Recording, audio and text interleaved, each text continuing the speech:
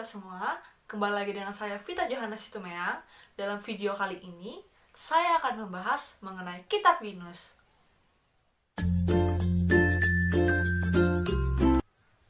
Pasti jika teman-teman mendengar kata Yunus, diparut ikan. Ya, sangat tepat sekali. Tapi, pada video kali ini, saya akan lebih fokus dalam Yunus pasal yang pertama, ayat yang pertama sampai yang ketiga, dengan 4 pokok pembahasan. Yang pertama, mengenai siapa sih Yunus ini dan narasi seperti apa yang dibuat penulis oleh kitab ini. Dan yang kedua, mengenai kota Niniwe dan sebagai kota apakah itu. Dan yang ketiga, terkait penolakan yang dilakukan oleh Yunus. Yang keempat, terkait dengan daerah Tarsis dan mengapa Yunus melarikan diri ke Tarsis. Oke teman-teman, kita akan masuk dalam pembahasan yang pertama mengenai siapa sih Yunus ini dan narasi seperti apa yang dituliskan oleh penulis dalam kitab ini. Kita akan mulai dari narasinya. Kata-kata pembuka dalam kitab Yunus adalah datanglah firman Tuhan. Itu berarti Tuhanlah yang berbicara dalam kisah ini. Sebenarnya, penulis menuliskan narasi tentang Allah, bukanlah narasi tentang Yunus. Kita dapat melihat Allah berbicara, tetapi dalam tokoh Yunus. Yunus sendiri merupakan seorang nabi. Ia memiliki seorang ayah yang bernama Amitai, yang berarti anak kebenaran. Kisah ini mengandung indikator yang cukup kuat bahwa kisah ini betul-betul nyata, real, dan memang terjadi pada masanya. Oke, kita akan lanjut dalam pembahasan yang kedua mengenai kota Niniwe.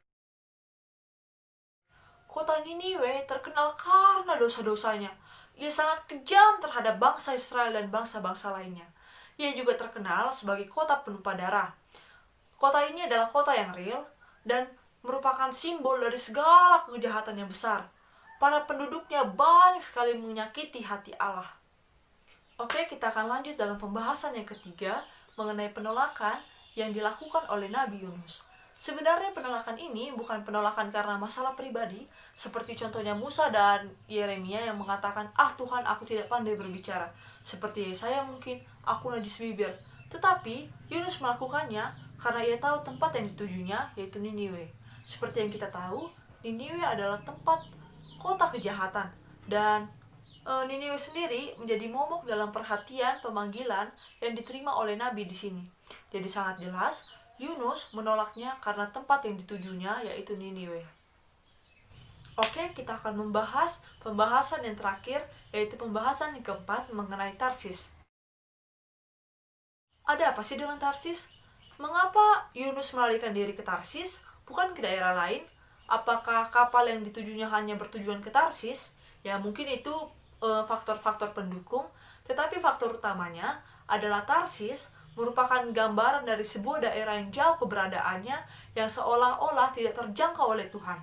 Dalam Yesaya 66 ayat 19 dikatakan bahwa Tarsis merupakan daerah yang jauh keberadaannya dan belum pernah mendengar kabar tentang Tuhan dan belum pernah melihat kemuliaan Tuhan. Jadi mungkin seolah-olah Yunus berpikir bahwa pasti aku tidak dijangkau oleh Tuhan.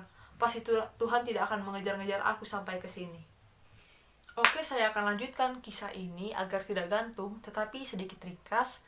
Ketika Yunus berlayar ke daerah Tarsis untuk melarikan diri, tiba-tiba keadaan laut pun tidak bersahabat dengan kapal mereka. Kapal mereka pun terombang-ambing, dan mereka satu kapal pun jadi takut.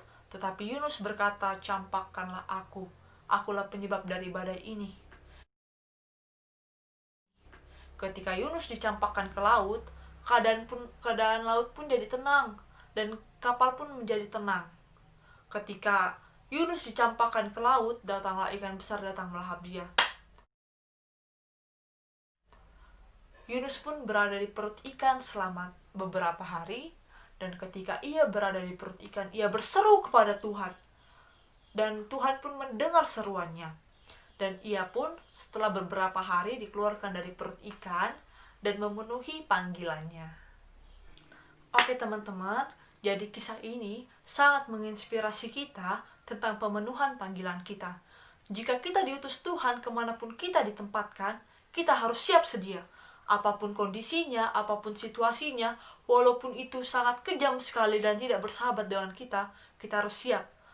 Karena percayalah, ketika kita memenuhi panggilan kita, Tuhan akan selalu bersama-sama dengan kita, dan Tuhan akan bekerja dalam setiap langkah hidup kita.